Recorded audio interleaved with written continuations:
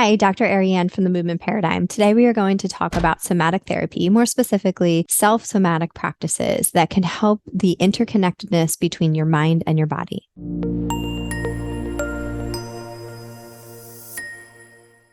Somatic therapy is rooted in neuroscience and is specifically geared towards your physical movements, your bodily sensations, and the past experiences and potentially traumas that you may have undergone. Unlike traditional talk therapy, which focuses primarily on verbal communication, somatic therapy is really going to be geared towards addressing the neurological and physiological responses that we have. So it's a very unique form of therapy, and there are practitioners that you can seek out. And there are also self-somatic practices that you can do on your own to help get in touch with some potential past emotions, suppressed or repressed emotions, or even potentially traumas. Always make sure that if you choose to do these exercises, that you are in a safe place and that you feel safe performing the exercises. At its core, somatic therapy really helps us to appreciate that the emotional distress and past traumatic experiences are stored within the body. And this can present itself many different ways: chronic pain, chronic fatigue, autoimmune disease,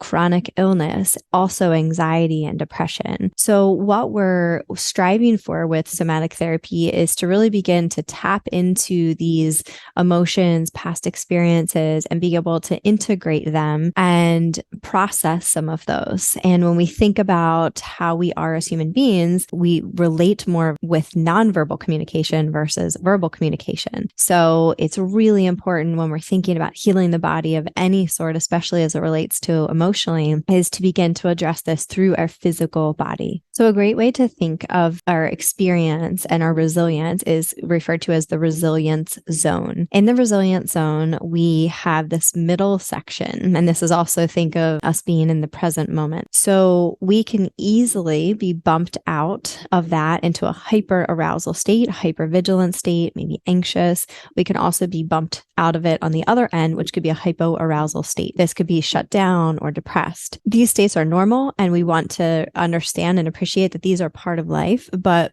sometimes with past traumas, we can be stuck in these states. So we want to think about using different practices, in this case, for today's purpose, somatic practices, to regulate and bring us back to that resilient zone. So we can use things like body awareness practices, breath practices, movement. And although I'm going to share with you some specific techniques, I want you to appreciate that just moving your body in any way can be so powerful. Walking, dancing, fluid-like motions that might ignite that sense of flow. All of these things can be really, really powerful. So today we're going to go over 3 different exercises that you can begin to explore in your body, in your mind, and in your life, and see how they are for you. So the first exercise is called progressive relaxation. So with this, we're going to move through the body and create tension in the body and then relax the body. So we'll start at the feet. So what I'd like you to think of is curling your feet, really, really tightening them,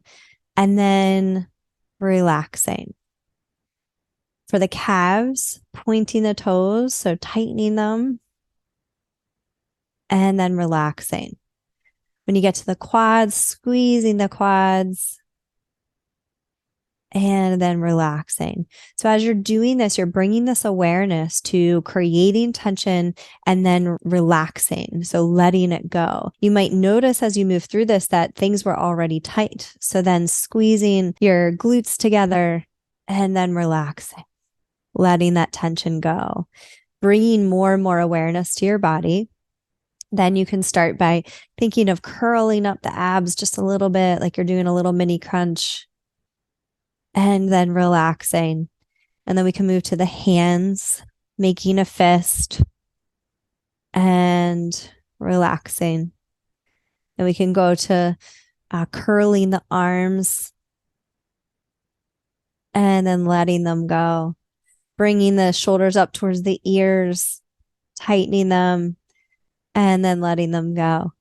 So moving through the body in a systematic way of creating this tension and then relaxing and letting everything go. The next exercise is called the flower. So from here, you're going to start with your palms down, shoulders rolled in, and feet together with your knees bent. From here, we're going to open the hands. So you're facing your palm towards the ceiling, at the same time, opening your hips. Think you're opening up like a flower, moving nice and slowly, and then coming back, rolling the hands down towards the floor. Shoulders are going to roll off the ground. You're going to feel a little tension in the neck for just a moment as it's coming off the ground. Knees together, and then open. And then when you feel comfortable, beginning to pair that with your breath. So you can inhale as you're coming down, opening, and then exhaling, moving at a very slow pace, paying very close attention to your physical sensations and what's happening in your body throughout the exercise.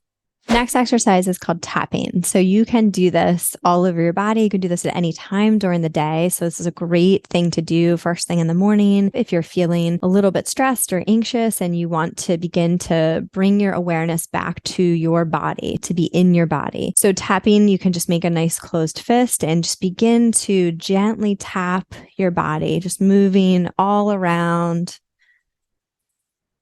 moving down the arms and legs, and beginning to, again, bring this awareness to your physical body. So these are 3 of many somatic practices that you can explore. The key is really understanding that we can have these emotional distressors or traumas that are being stored in our body that can present themselves many different ways. So when we can become embodied, then we can really have a huge impact on our emotional, mental, and physical well-being. So if this was helpful, give it a like and give it a share. Make sure to subscribe to our YouTube channel, The Movement Paradigm, for weekly tips on mindset, nutrition, movement. Please make sure to check out all of the vagus nerve exercises on here because all of those can also fit into this same somatic practice world.